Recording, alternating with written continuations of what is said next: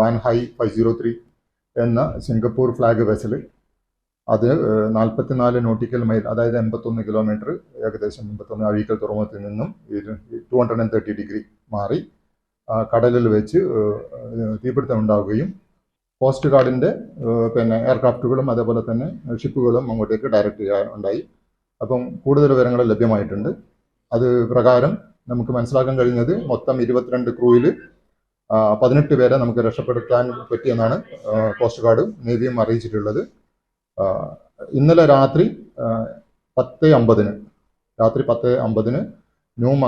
മാംഗ്ലൂർ തുറമുഖത്ത് Indian നേവിയുടെ destroyer കപ്പലായിട്ടുള്ള INS സൂറത്തിൽ ഈ രക്ഷപ്പെടുത്തിയ ആളുകളെ മംഗലാപുരത്ത് ന്യൂ മാംഗ്ലൂർ പോർട്ടിൽ എത്തിച്ചിട്ടുണ്ട്. അതാണ് രാത്രി കിട്ടിയ അപ്ഡേറ്റ്.